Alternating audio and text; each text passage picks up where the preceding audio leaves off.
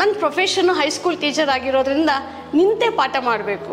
ಹಾಗಾಗಿ ಮನೆಯಲ್ಲಿ ಬಂದು ಕಾಲು ನೋವು ಅಂತ ಹೇಳಿದಾಗ ಅವ್ರು ಹೀಗೆ ವಯಸ್ಸಾದ್ಮೇಲೆ ಹಾಗೆ ಮುಟ್ಟು ನಿಂತೋದ್ಮೇಲೆ ಹಾಗೆ ಅಂತ ಹೇಳೋರು. ನಾನು ಅದು ನಿಜ ಅಂತ ಅಂದ್ಕೊಂಡಿದ್ದೆ. ಆದರೆ ಬೇರೆ ಕಡೆ ಡಾಕ್ಟರ್ಸ್ಗೂ ತೋರಿಸ್ತಿದ್ದೆ.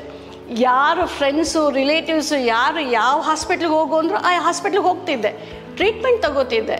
ಅವ್ರು ಕೊಡೋವಷ್ಟು ಟ್ರೀಟ್ಮೆಂಟು ನಾನು ತಗೊಳ್ಳೋವಷ್ಟು ಸರಿ ಇರ್ತಿತ್ತು.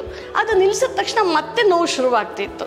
ಸರಿ, ಒಂದ್ಸಲ ಪೇಪರಲ್ಲಿ ನೋಡಿದೆ, ನಾನು ಅಡ್ವರ್ಟೈಸ್ಮೆಂಟ್ ನೋಡಿದಾಗ ನಮ್ಮ ಮನೆಯವರು ಇಷ್ಟೇ ನೋಡಿದೆಯಲ್ಲ, ಇನ್ನೊಂದು ಸಲ ಈ ಹಾಸ್ಪಿಟ್ಲ್ ಟ್ರೈ ಮಾಡು ಅಂದರು. ಅಷ್ಟೊತ್ತಿಗಾಗಲೇ ಎಲ್ಲ ಹಾಸ್ಪಿಟ್ಲಿಗೆ ಹೋಗಿ ಬೇಜಾರಾಗ್ಬಿಟ್ಟಿತ್ತು. ಸರಿ, ನೋಡೇ ಬಿಡೋಣ ಅಂತ ಇಲ್ಲಿ ಬಂದೆ. ಸುಮಾರು ಆಗಲೇ 15-18 ವರ್ಷ ಆಯಿತು ನಾನು ಈ ಮೆಡಿಸಿನ್ ಶುರು ಮಾಡಿದ್ದೀನಿ. ಈಗ ಮನೆ ಕೆಲಸ ಎಲ್ಲ ನಾನೇ ಮಾಡ್ಕೋತೀನಿ. ನನ್ನ ಜೊತೆಗೊಂದು ಮೇಡ್ ಇಲ್ಲ ನಮ್ಮ ಮನೆಯಲ್ಲಿ. ಅಷ್ಟು ಕೆಲಸ ನಾನೇ ಮಾಡ್ತೀನಿ, ಓಡಾಡ್ತೀನಿ. ಮೊದಲೆಲ್ಲ ಮೆಟ್ಲು ಹತ್ತಬೇಕಾದ್ರೆ ತುಂಬ ಭಯ ಆಗ್ತಿತ್ತು.